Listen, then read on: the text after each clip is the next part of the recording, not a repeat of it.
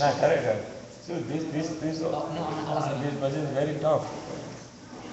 I didn't have lyrics. What can I do? No lyrics, man. You should have taken a picture. This should have been prepared, right? I thought you knew the question. Come on. You said it was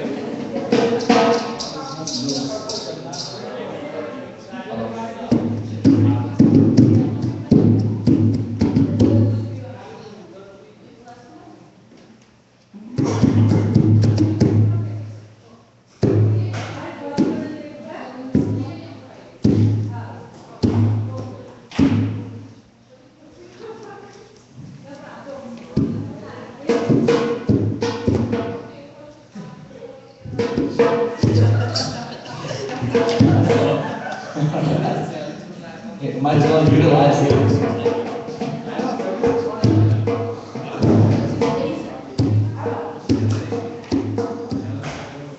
Yeah, Jared. You guys gonna try out that tomorrow, so give it to him when he comes. Okay, if you can zoom that in. How many am I supposed to You say? did the wrong way. You take one and do the rest the other way. No, but I want to be comfortable. You'll be comfortable.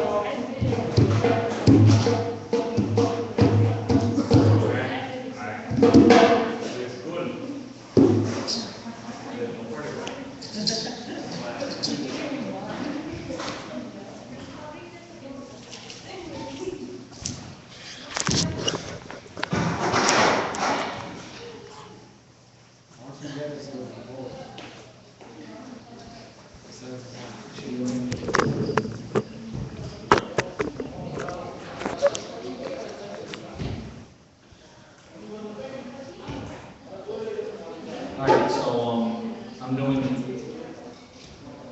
Loya 5 today.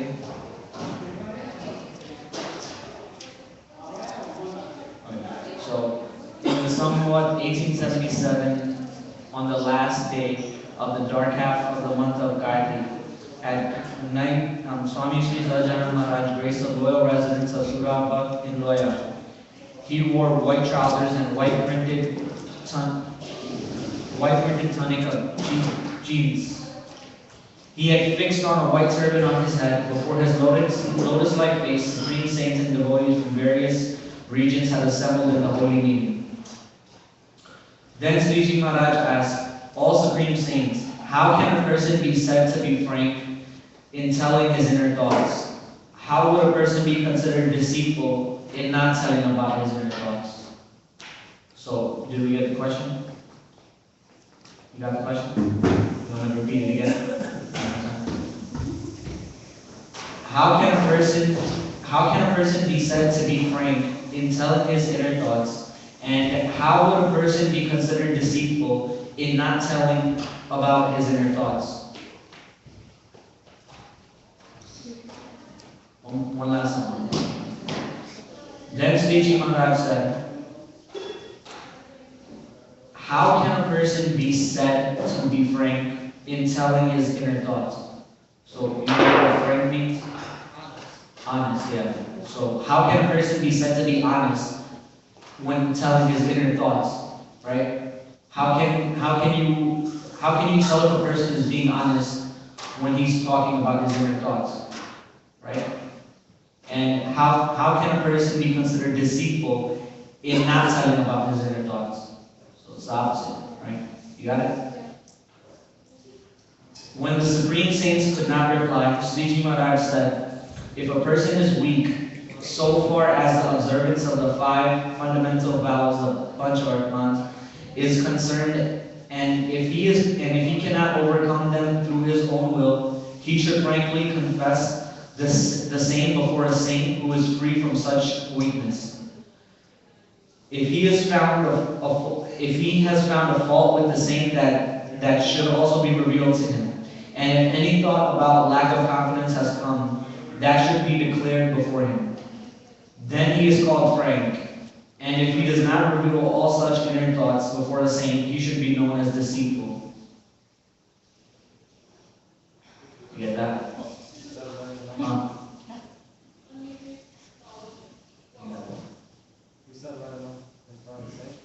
Yeah, Dave, you want to repeat that? I think you understood it.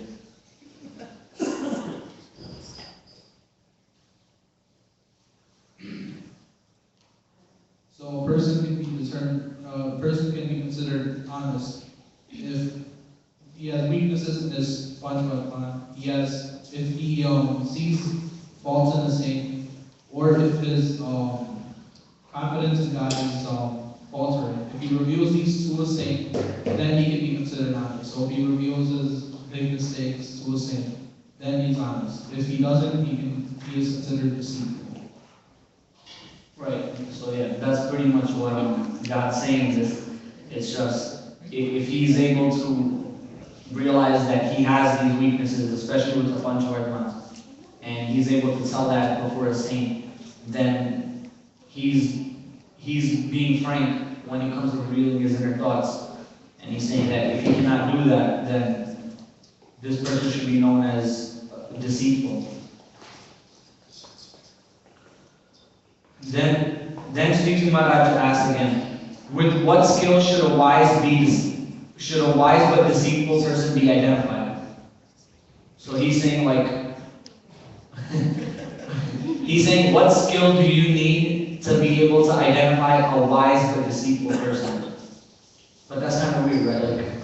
How would you categorize a wise but deceitful person? What do you think of when you hear that? Dave? That's what's happening. Yes, that's coming from this. Wise, cunning, same thing. Wise, cunning, yeah. Cunning has the negative connotation. Yeah, exactly, that's right. Well, wise is positive. Makes a big difference.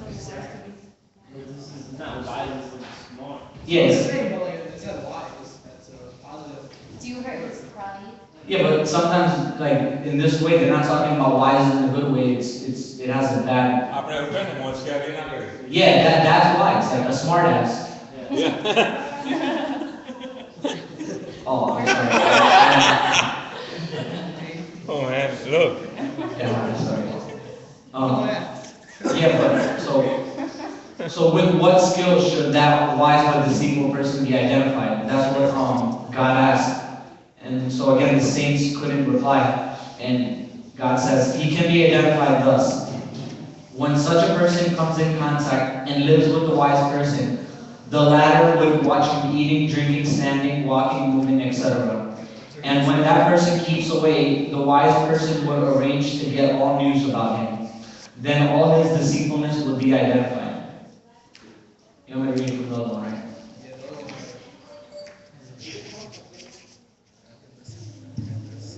His deceitfulness can be recognized by keeping his company, and while staying with him, by observing while he eats, drinks, sits, stands, walks, and talks. Also when separated from him. If another person is asked to secretly observe him, then his deceitfulness would be recognized. Did you get that, Kate? Did you get that part? You observe the snake, basically, yes. Right.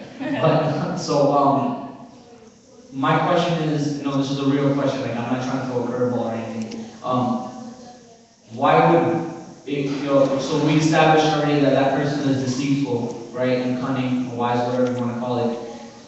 So, why is God saying that you'll only be able to see this if you stay with him and stuff? Because, would you really want to be around that kind of person in the first place?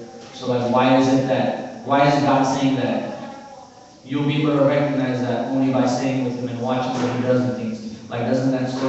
Isn't that not the best ideal situation to be put in anyway? So why is that? And this is a real question, I'm not trying to confuse anyone. Are we not supposed to recognize other people's flaws. Right, well, that's kind of like the same thing, right? So why is it that, like, that this question has even come up, right? But it shouldn't come up. Right, that's what I thought too when I read it. So that, what she just said, and also, even if you did forget it, like, you know, if you really want to kind of get to that, why is it that you have to actually be around that person to see that? Like, why is God saying that? Because really, do you really want to be around that kind of person in the first place? No, but, yeah, exactly, but you'll be put in certain situations where you have no control over who you with, like in your workspace, if you can be with a kind of person, so it's not like, oh, you're choosing not to be on, you're choosing to be with this person, so God's just saying, even if you're put in that situation, you'll recognize that this guy is, evil. Right, so like, yeah, I kind of get what you're getting from there. But like, so is it always, I mean, are there exceptions to when you can actually label someone deceitful, or like, the word that you use, snake? Is that like, are there exceptions to that? Like, because like what she just said she said that, oh, I thought you're not supposed to be looking at people like this in the first place. So are there exceptions? Like, is this an exception? Like, how does that work? No? Yeah, like who are we to judge who's a snake and who's not? Right, so who are we to judge who is deceitful, or who's a snake, and who's not a snake, right? Well, one thing you have to keep in mind that this is not talking about just an ordinary person. It's still talking about someone that's in satsang. Because you got to understand, if somebody is insightful or someone like that that's straight out, he's not going to be in the satsang to begin with, right? So I think we have to modify our meaning on this. Yeah, but even if, like, that would probably even be even worse though, wouldn't it? Are you saying that the deceitful person is in the satsang, and then you're like kind of looking at it that way? Well, he's above. He's not fully deceitful. He's deceitful at certain things. Right, yeah, but so that's what I'm saying. But wouldn't that be considered worse? Yeah. Isn't that worse? Because that's one of you now. Yeah. That you actually have an association with that person now. And if you're thinking that way, so like, that's what I'm saying. So how does it work? What are the exceptions and what are the rules? Well, there are no exceptions, really speaking, right? Right, so that's what I'm saying. So why is it that God is saying this in this one? It's more of it to show us, eventually, if you read further on, probably, will show us how to become a person that's helping someone that might be deceitful. Remember, you as a person, when you're deceitful, you never know that you're actually being deceitful, right? Yeah. So, I think when you read it further, you'll Okay, so understand. we'll keep that in mind where you said about helping out, and maybe that's the reason why. So, alright, so we got that question done with. Then Sriji Maharaj posted another question. Suppose there is a person who follows the Vartman and keeps Nishay and Bhagwan out of pretense. He is intelligent and arrogant, and he shows his Nishay and his observance of the Vartman to be more superior than the genuine Vartman and Nishay of others. So how can a person's false Nishay and observance of Vartman be recognized? Did you guys get that question? Dave, you want to explain that to them? You didn't get it? So, he's saying, suppose there's a person who follows the Vartman, that's like, the rules, right? 5 rules. So what if he follows it and keeps Nishay and Bhagwan out of pretense? So he's saying, like, what if he has like a false kind of like identity, like it's the other one they use is hypocrite. So like, what if he's saying he's doing these things, but he really doesn't feel it or mean it, right? He is intelligent and arrogant, and he shows his Nishay and his observance of the Vartman to be superior than the genuine Vartman and Nishay of others. So like he thinks what he's doing is better than what others are doing. So how can that person be recognized? You got a question? You got it, Dave?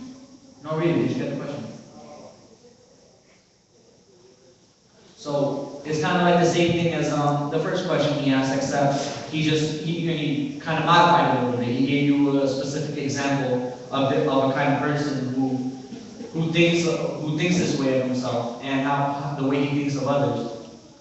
So God is saying, how can this person be recognized now, right?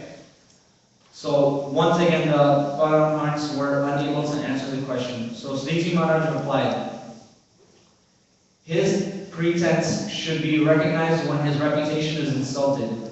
Otherwise, it cannot be recognized. So you confront him about it, and then he'll get all defensive.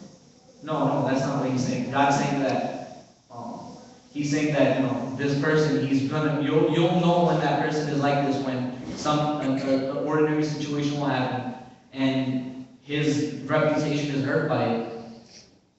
At that time, you'll know what kind of person he is. I think I've said this example like 5 million times, but when I used to live in India, there was, I forgot what it was, but a guy, he came, I guess he was a big shot or something, I don't know.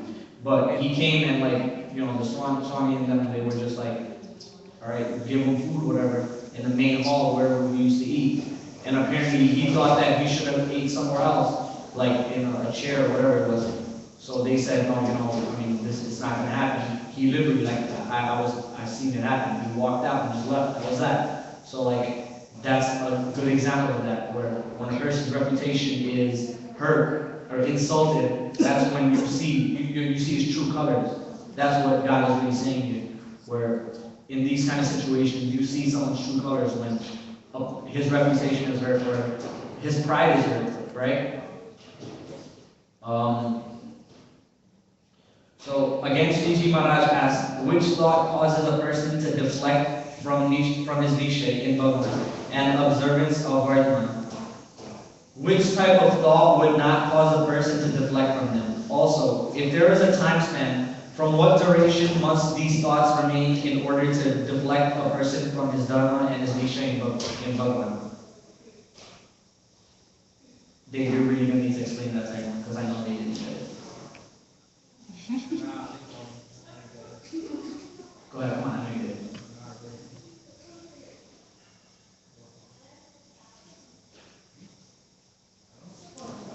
You want me to read it again?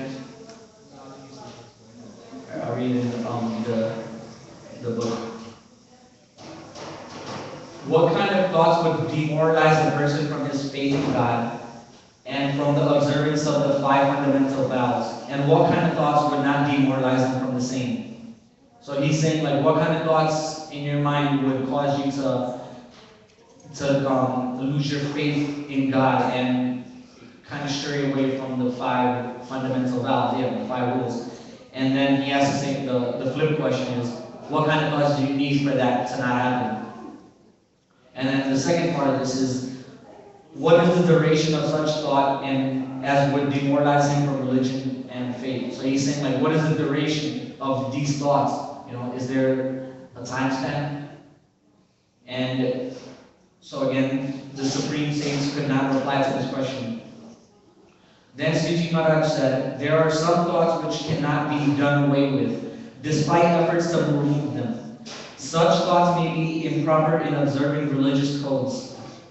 So he's saying that, there's some thoughts that arise where they're improper, they go against your belief, and, they're brought up as thoughts in your mind.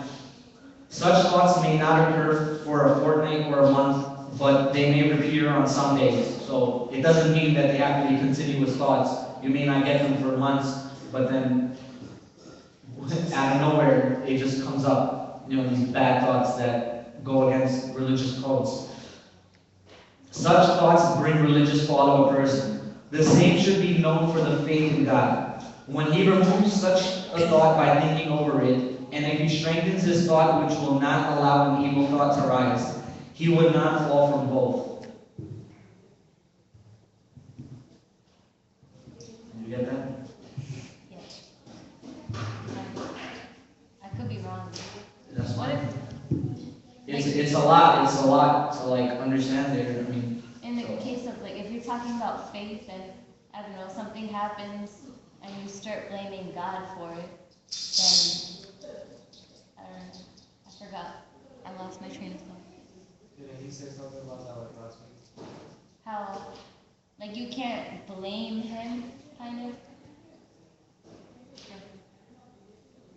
Do you know what I'm saying? Yeah, but I mean, these aren't just those thoughts, these can be any thoughts that God is saying that go against your religious code. Okay, but you just Right. gotta think over it. You can't. Right, so, but what do you do when those thoughts come back, right? Because it's tough to suppress these kind of thoughts, right? Yeah, but I think as in, it's not just that. Like if you see something, you fixate on something, then it clouds your thoughts. So then you're not going to be sort of looking towards God. Like if you want something particular and you fixate on it, then you're not going to. It blocks you from God either way. So Correct me if I'm wrong, but is God talking about that, or is he talking about like subconsciously thoughts that like are arising in your mind? Like,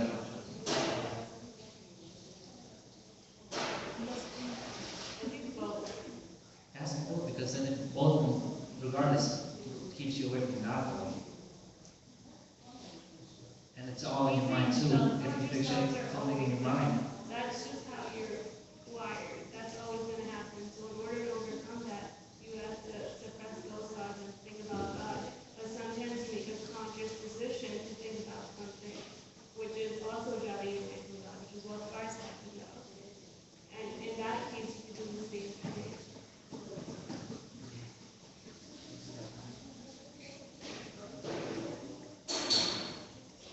you have anything? Yes. I have just one question in the mind. Why he's talking about this? What? What's the reason he's talking about this? This is much more like his focus on a character, right? Right. In a sense, to see how you think inside of you, right? Now, he talks about the quality of disciple, right? Yeah. And then he goes on this one, second one. But if you look at it indirectly, I mean, it both comes to the same point. He just trying to say that any devotee, no matter who he is, but there is something that always there in each of us, which is we should be looking inside and see if we have this kind of quality, we should get rid of it, right? That's the first thing. Now, when we talk about disciple, it can be either way, right? Knowingly or unknowingly, because it's a pretense. It's already your mind is already stuck on a certain thing. When something goes outside of that norm, what you think, that's where the problem begins. Their thought can either take you to him or it can take away from him, right? So I don't know whether that's a little out of range or maybe you guys understand.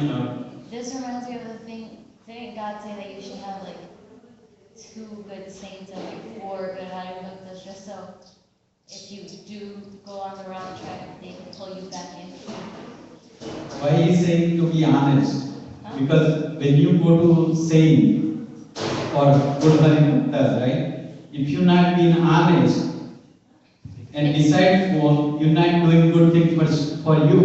Right, but they'll recognize it because these people have to be people you love and trust and you listen to. But that's indirect message to us that if we have this kind of quality, we're not going to get to him. That will be the obstacle for us. So we have to recognize that, right?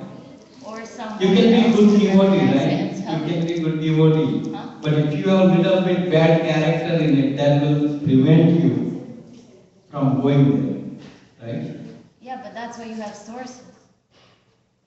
That's why you have people like No, I understand. Like, But what I'm saying is, Haribhakta doesn't tell you. yeah, basically, you have to sometimes you have to sit down and look at inner side and say whether I'm doing right or wrong, right? When 99 people says this is wrong, that means totally wrong, and if you cannot accept that, there is something wrong with you, but people cannot still accept it, even though it's wrong. So that's what we be looking inside. Before even we do something, we should say that this should be right or wrong. I should be doing that, it will be hurtful to the satsang, or hurtful to the devotee, or hurtful to someone else. No matter whether it's devotee or not. Even if not devotee, it should not be hurtful to anybody else. But people just hide behind something and say, listen, it has to be this way, right? Muktanand Swami, when he went out of the town, he had a 50 priests with him. And there was Ekadasi. And this priest didn't eat from 2 days because they are walking around in a town doing satsang. There was not many satsangis that time. And finally they found some satsangi's house. The lady who cooked rice with a lot of ghee, which is not supposed to eat. Because Lord Swaminarayan says no ghee in the kitchen. There was a particular નિયમ ભગવાન gave them for Yeah. ચતુર્માસ નિયમ હોય ને એ રીતે સંતોને આપ્યા હતા કે સ્વીટ નહીં ઓઇલી નહીં કશું ખાવાનું નહીં ડ્રાય જ ખાવાનું only. So no salt. And So basically, some lady, old lady made a khichdi with a lot of ghee in there because she knew the all santos coming to my house, so she wanna feed them something good, and she didn't know about this niyam. So that's what it is. so when the question come to Lord Swaminarayan, somebody told Lord Swaminarayan because two of the sons didn't eat, and they complained to the Lord Swaminarayan, and Lord Swaminarayan called the Muktanand Swami and asked the same question, what did you do? And Muktanand Swami says, my Lord, I had to do this because they didn't eat for 2 days, and I really feel, I could not keep them alive if I don't feed them. And that devotee was very lovable, and she did it. And finally he forgave me for doing it. So what I'm saying is, it's been honest. He said, I'm not doing for me, but I'm doing for someone else. But that's the right reason though. But sometimes people hide behind the reason, and which is not right one. So that's a disciple. So I guess that's what it is. So he trying to say, just look at in your side and see you don't have any connection with it. You have nothing to gain from it. You're doing something for others. Right? So, and again, Sriji Maharaj asks, whose foundation would be strong in holy fellowship and whose foundation would not? So he just keeps focusing on a person's qualities. He talked about how to differentiate, and then now he's saying what qualities, what foundations do you need to be in strong health fellowship, and which ones would not, right?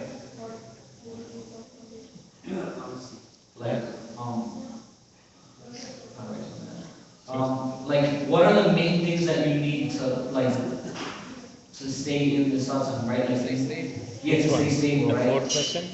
For example, if you have Third question. bad knees and stuff, right? That's a bad foundation. You'll fall, right? So it's kind of like the same thing with the house. If you have bad foundations, how can you build up, right? Because then it'll just fall. So it's the same thing. What foundation do you need? Whose foundations would be strong in holy fellowship, right? And whose wouldn't?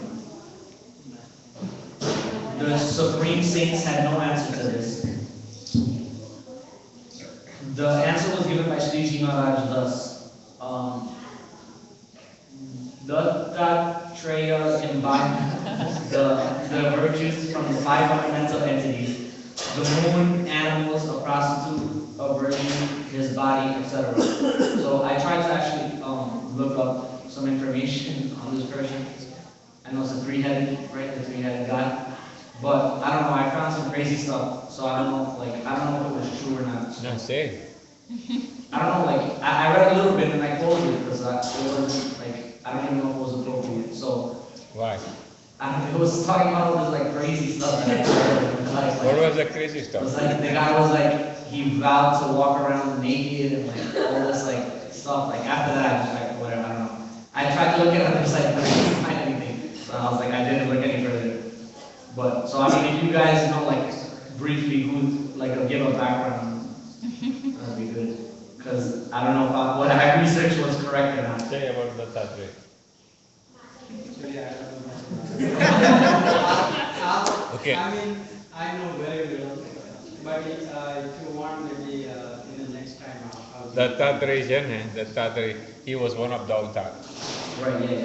ભગવાનના જેમ અવતાર થાય ને, જેમ આપણે હયગ્રીવ અવતાર કહીએ, મત્સ્ય અવતાર, કચ્છ અવતાર, રામ અવતાર, કૃષ્ણ અવતાર, એમ he was one of the avatar, right?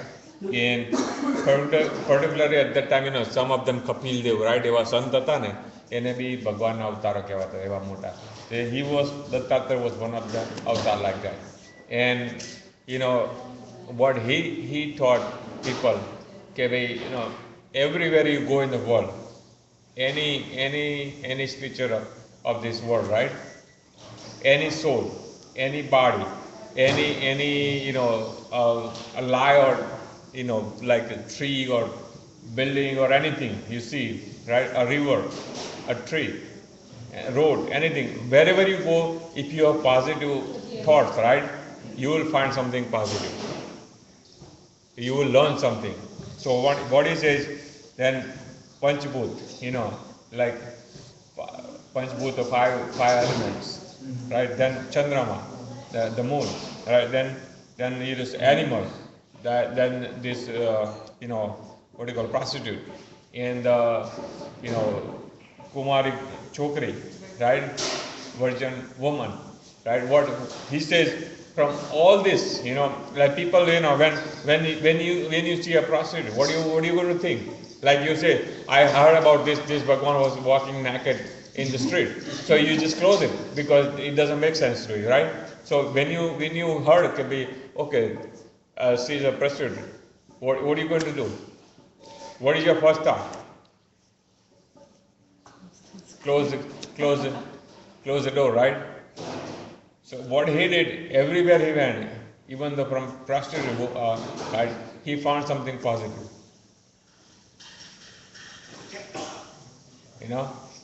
First of all, he thought, why she is doing something like this? To run her family, or do this, or do this. Whatever she is earning of it, what she is doing it, where she is spending it.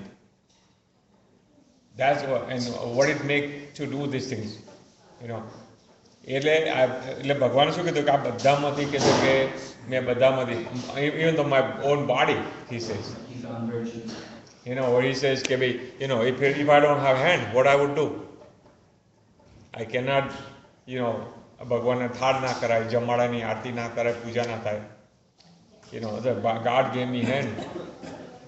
So my hand is, every part of body is, helpful in order to achieve my soul to God. એટલે એમ કે એટલે ભગવાન એમ કહે છે સંત ઇત્યાદિક સર્વમાંથી ગુણ એવી રીતે જે સંતમાં જેને ગુણ ગ્રહણ કર્યાનો સ્વભાવ હોય તેનો જ સત્સંગમાં દ્રઢ પાયો થાય છે. સત્પુરુષ હોય ભગવાનના એકાંતિક સંત, એમાં જેને ગુણ ગ્રહણ કરે, રાઈટ, એને સત્સંગીમાંથી what will happen to that person? He'll become a solid person, solid satsangi. Similarly, only his foundation would be strong in holy fellowship. One who imbibes the virtues of saints, and he whose nature prohibits him from imbibing the virtues of a saint may have remained in holy fellowship, and yet his foundation may not be strong. So, like he's saying that if you're able to take those virtues from the saint and really grasp them, then you'll have a strong foundation. And a person who's not able to do that won't. Then Sriji Maharaj asked, can one strictly control the senses of the fourfold internal senses with the help of a saint, the scriptures, and one's own thoughts, or with only one of these? So, did you guys get that question? He's saying that, can you control the senses, can you control strictly the senses only by the help of a saint, the scriptures, or yourself? Or is it fine if you only have one of those things? And if you say that they can be controlled if all these factors are jointly present, tell me which technique should be learned from a saint, from the scripture, and through one's own thinking. Did you guys get that, or you want me to repeat it for me? You got it?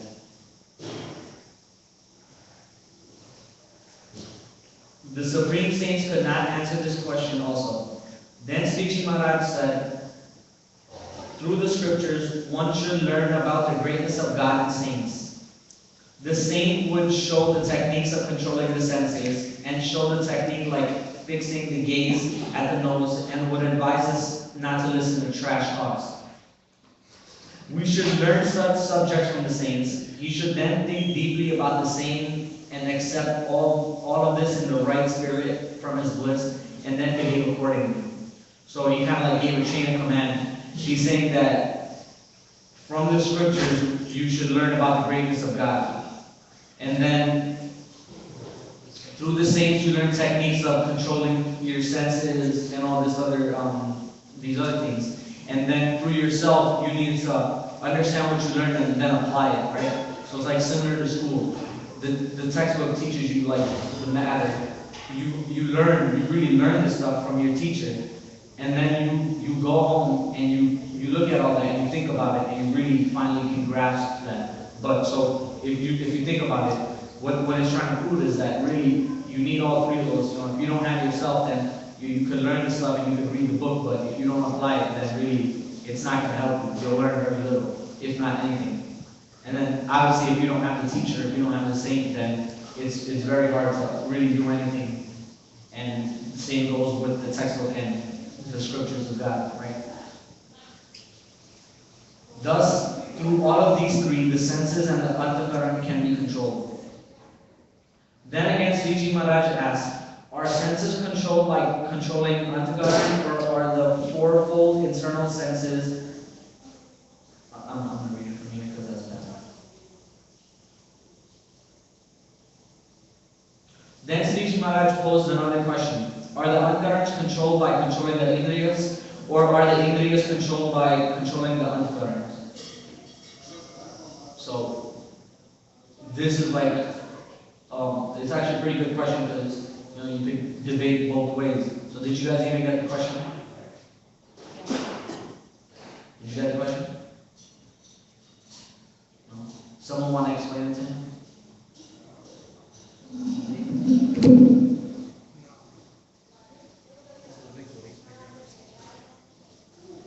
Go ahead, Dave. I'll read it again. Then Sriji Maharaj posed another question. Are the antakarans controlled by controlling the indriyas, or vice versa? Are the indriyas controlled by controlling the antakarans? Do you know what indriyas and antakarans are? Well, so the indriyas, right? You know, it's your senses, right? No. Those are your, and then your antakarans, right? Oh, all right. But really, it's like what here. I think he's talking about the five, whatever, 5 times. And the antakaran is the subconscious. You know, your mind, your subconscious, and that, right? Am I right? So he's saying, what controls what? Do your senses control that, your subconscious, or does the subconscious control your senses? So, does anyone have any opinion on this? So now you know, right? It could be both as well. What do you mean both?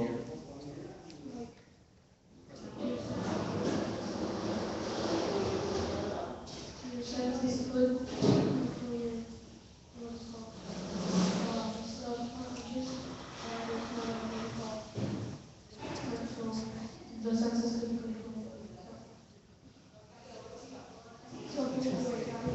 you think it's both, right?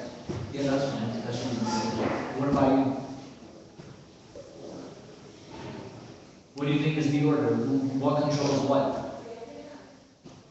I think,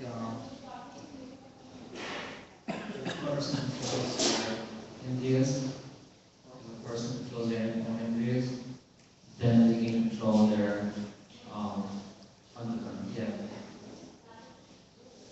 Okay. So, alright, I'll just read the answer then. No. Since the Paramount's could not answer the question, Sriji Maharaj replied, if a person controls the physical indriyas by physical tap, and then even after the physical indriyas have been controlled, if he still firmly follows the niyams of Panchvartman, then the antkarans can be controlled by controlling the physical indriyas. So the physical indriyas cannot be controlled by controlling the antkaran alone. So he's saying that you can use your senses to control your subconscious and all that, but you can't do it the other way around. You can't have that consciousness, subconsciousness, control your senses. However, the antkaran can be controlled by controlling the physical indriyas. How is that? Well, if a person controls the physical indriyas and does not let them indulge in the vishayas, then the antkarans within would become frustrated and would think this type of enjoyment is not going to be possible in this life. So he's saying that, if you're able to really control your senses, then that those thoughts inside you that really want you to do actually engage in those activities, it'll think that it's not possible because you're controlling them, right? If you're blocking it off from your senses, then you're never going to be able to subconsciously think about those things because it understands that the body is not engaging in these activities.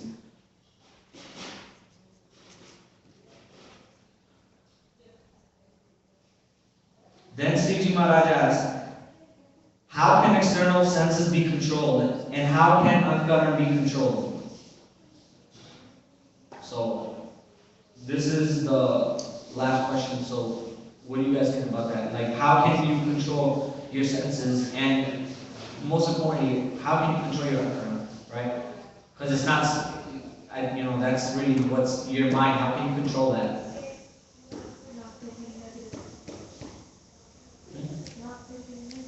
About what? Just in general, mean? Well, since they follow the rules and fasting and just not eating out. Alright, so the external senses can be controlled by observing the rules laid down for ascetic. In the scriptures, by diet control, by observing vows like Tapta, Rucha, Chandriyan, etc. What is that? They're all fast? All the 15 days?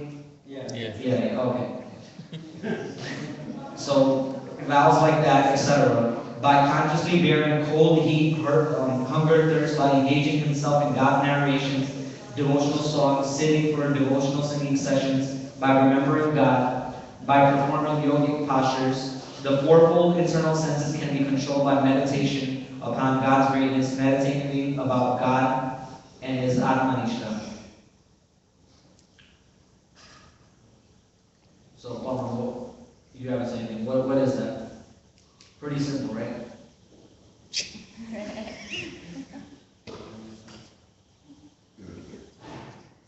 So it said that the methods for controlling the control the underground, you have to do it says up and the 15 day challenge thing they said.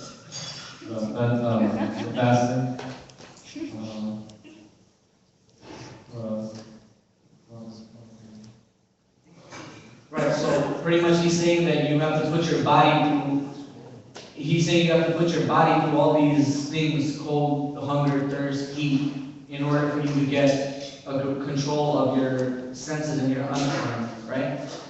But, so now, my question is, and again, I'm not throwing a curveball, it's a real legitimate question. In our time right now, are these things really needed? Like, in my opinion, I think the best thing that you can really do, instead of doing all this meditation and fasting and things, is just, you know, just praying to God and really just coming to satsang and doing the satsang. Is that enough? Or do you really need to do all these other things that are listed here for you to get a control of these things, right?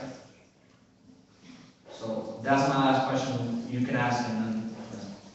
Those methods, they just provide means to control your senses. So it doesn't matter if you use whatever method you want, really, as long as you can control your senses in a way where, you know, you're following. When you follow the Panchamatrana, essentially what you're doing is controlling your senses, and that's restricting your antahkara from being exposed to things that are gonna, you know,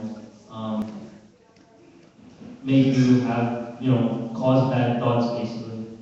So those methods, you know, that's what they do. They restrict your senses so that your antahkara remains pure. So, you know, whatever, like as you said, you know, whatever you can use, whatever method you want, in my opinion, whatever methods work, you know. Right, so that's what I was trying to get at, like, it's not concrete that, in my opinion, it's not concrete that you need to do all these things, you know. We do it when you follow right, so, right, yeah. You're essentially doing all that stuff. Right, that's what I'm saying, so like, you don't really need to physically, like, well, I mean, in my opinion, there's just so many different other ways that I think you can control your senses and your other. But again, that's just my opinion. We do fast, like, you know, baguettes and stuff like that. But I think that, you have to follow this in a sense because you can't really just pray and read the 6 Apathy and become pure because the Vaishnava gives you. Yeah, but so then how is, in my opinion, how is fasting like that making you pure? I don't understand that. You're depriving your senses of something that you want. Eventually, you know, if you deprive yourself of something for so long, you're not gonna want it anymore. And that's what that is.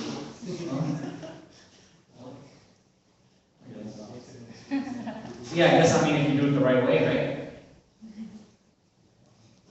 That's pretty much the idea behind, you know, doing satsang, doing bhakti.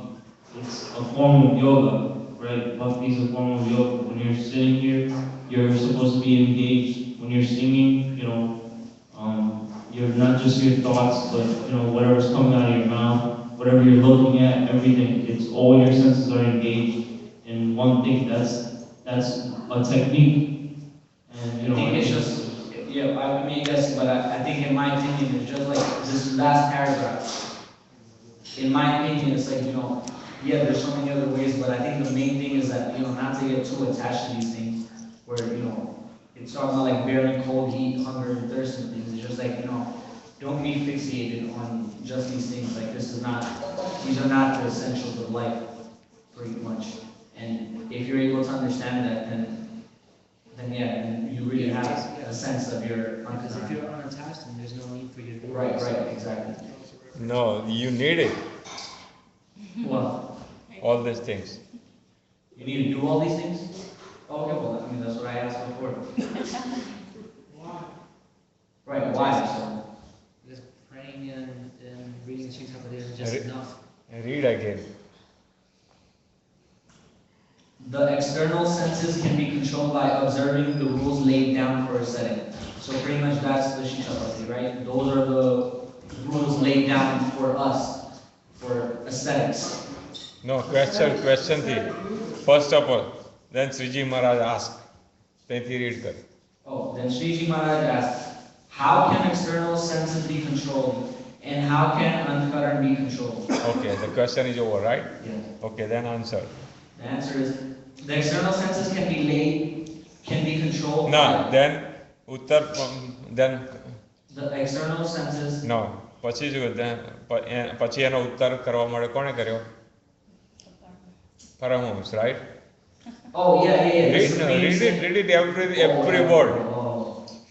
Alright, then Sriji Maharaj asked, how can the external senses be controlled and how can Antkaran be controlled? The Supreme Saints could not answer that question also. Okay, that's over? Yeah, they Now couldn't next. answer any question today. Okay. Okay, then next one. Then Sriji Maharaj said, the external senses can be controlled by observing the rules laid down for ascetic in scriptures. By diet control. Okay. કોના માટે કીધા? For who?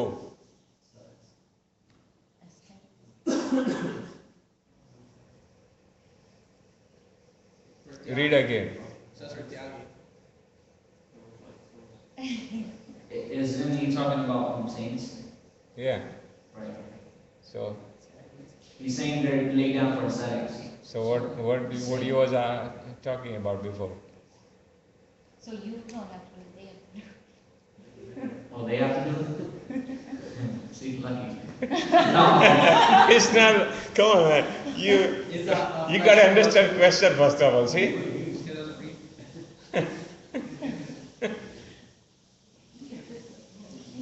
But here it's saying it's observing rules laid down for them. But so like it's still talking about us, isn't it? No. Why not? Like. Because you're not in. આ બધા જે છે તે ત્યાગીના નિયમ રાખે, આહારના નિયમો રાખે, તપ તકૃચો, ચાંદ્રાયણ વ્રત એ બધા કોના માટે કીધા? For them. Right. But isn't it telling us to observe these? It's not for us. If you try to do this tap takrucha chandrayana, then you're done.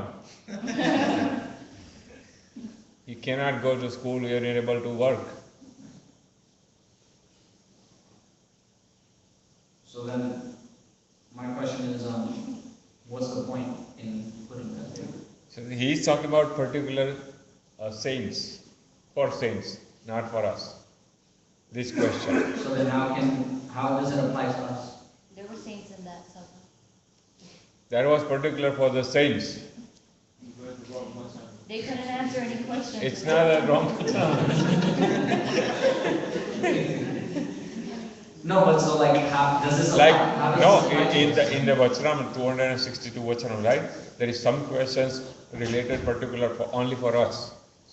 Certain questions are related to only saints. Certain questions related to only women. Yeah. Our question said this is related to only Tyagi. So pretty much it was like this was not related to all the other stuff back there for us? No.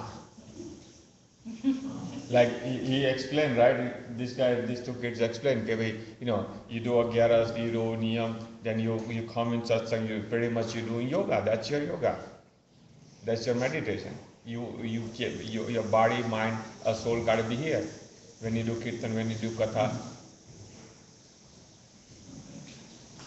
right? And when you like I say, when you don't eat outside food, that's your tap takrucha and chandrayana vrat.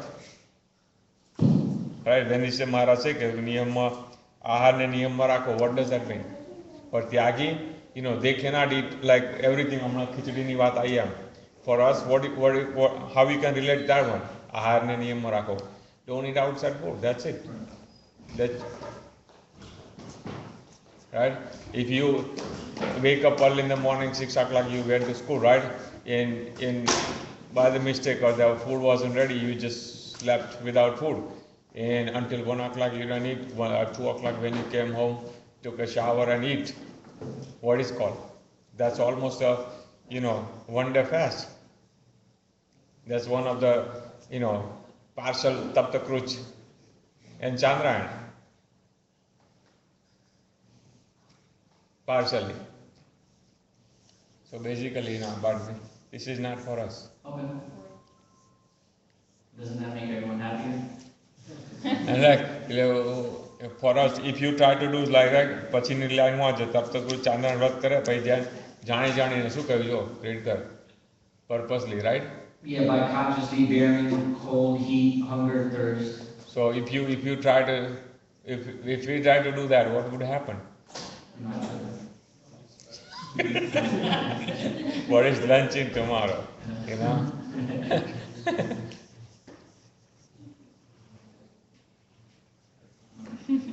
Yeah, so, I mean, I guess, yeah, so if you, alright, I'll just pretty much summarize the rest of it besides the last paragraph then.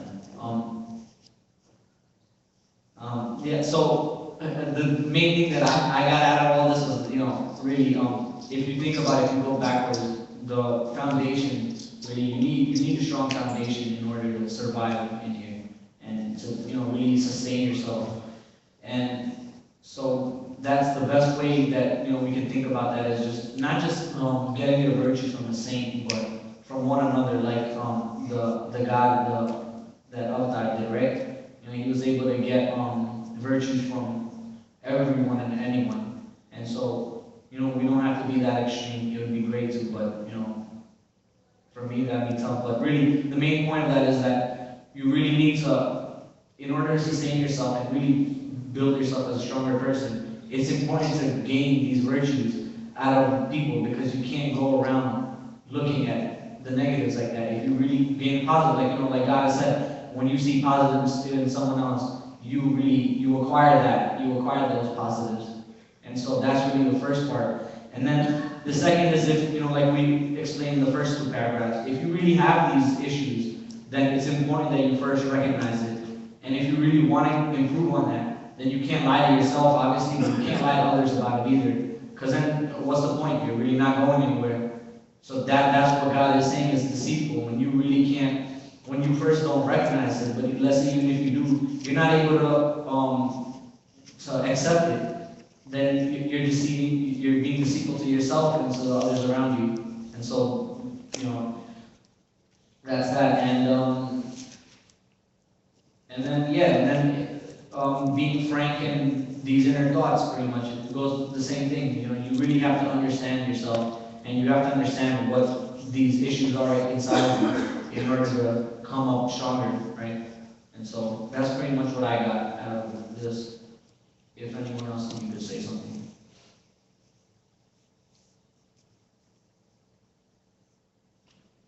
Good? Alright. So John,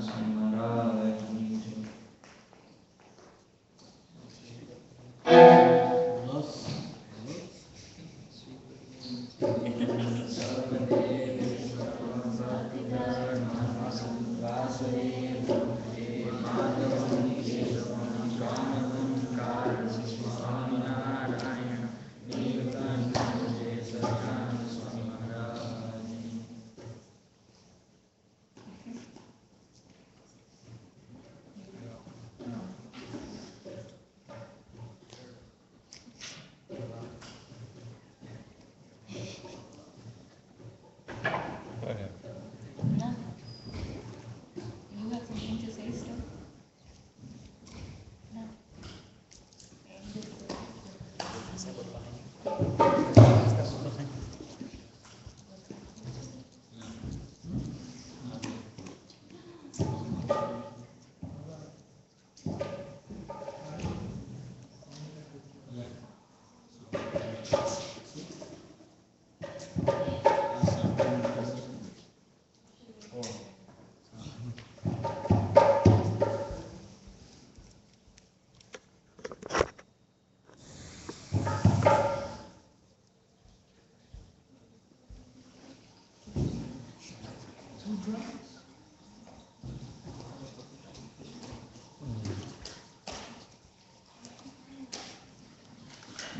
Sayananda Swami Maharaj Ji Jamone Thar Jivan Gavai Do Kar Charan Doya Dhire Jamone Thar Jivan Gavai So Mera Jai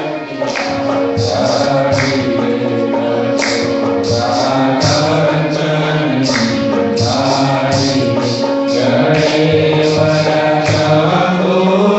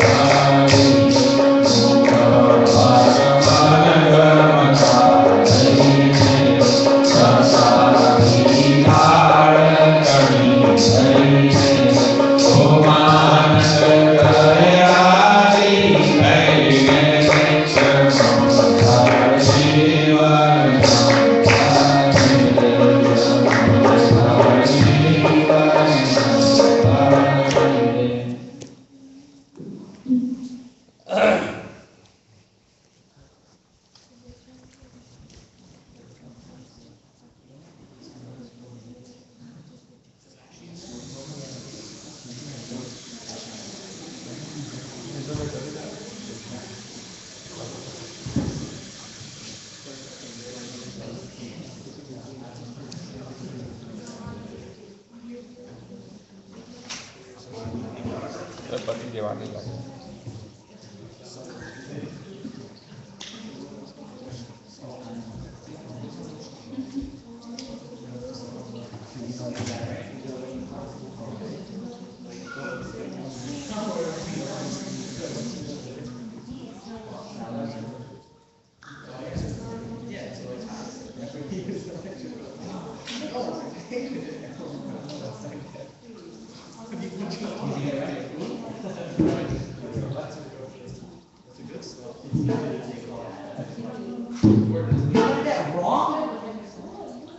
What are you saying? You don't have to take this stuff, right?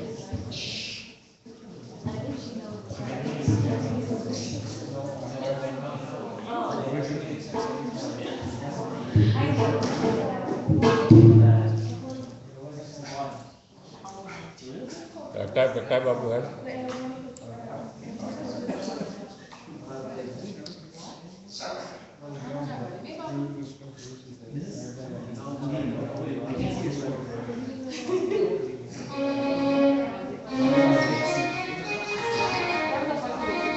Sanjaya Sai Maharaj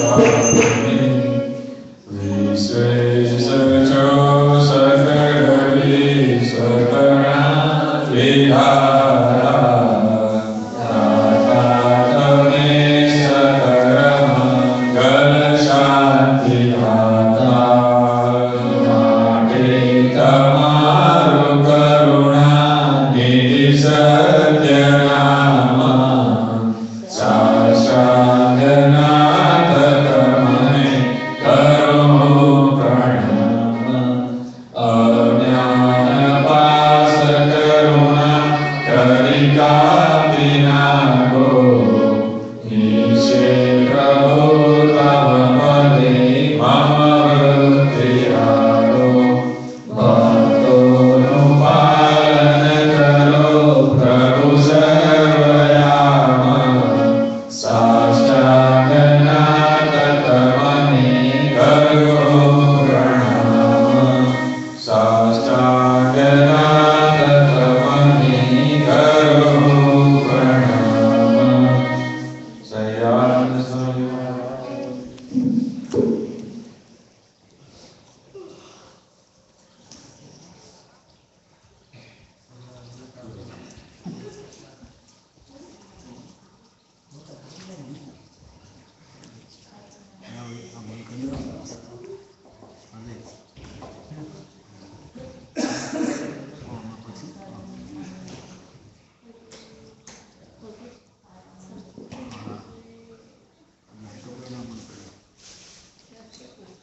પેલી રહી આ બાજુ મંદિર નોની મંદિર પહેલી હા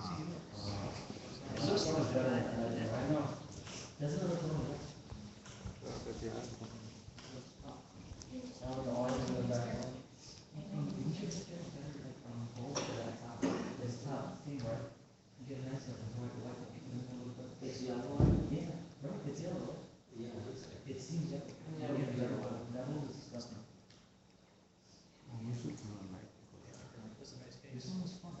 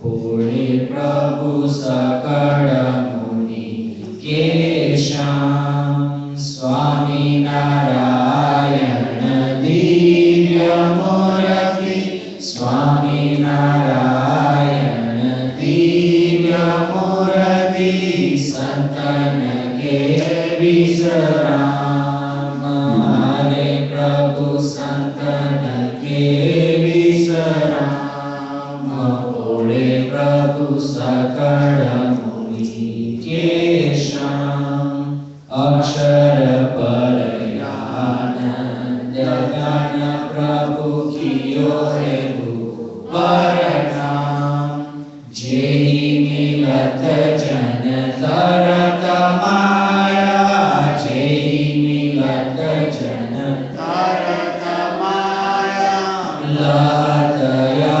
Sharadam Hare Prabhu Lataya Sharadam Pure Prabhu Sakara Muni Kesham Sharada Sesha Mahesha Mahamuni Japata Jai Gunanam Jasa Padaraja Shisha Dari Dari Jasa Padaraja Shisha Dari Dari Hovata Janani Shama Hare Prabhu Hovata Janani Shama Pure Prabhu Sakara Muni Kesham Prema Ke Parayanka Para Prabhu Karata Sukha Aram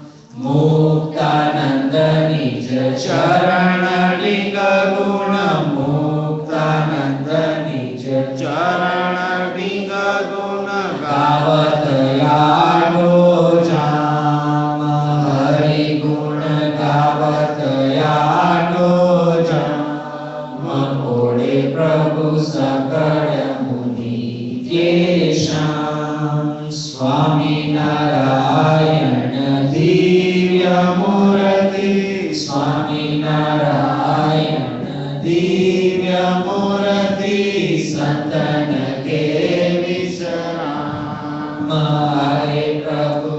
तन के विश्राम फोड़े प्रभु सकल मुनि के शाम सजन स्वामी महाराज नीत श्री हरि कृष्ण महाराज नीत श्री घनश्याम महाराज नीत श्री स्वामी नारायण भगवान नीत श्री नर नारायण देव नीत श्री लक्ष्मी नारायण देव नीत श्री राधा कृष्ण देव नीत सियावर श्री रामचंद्र भगवान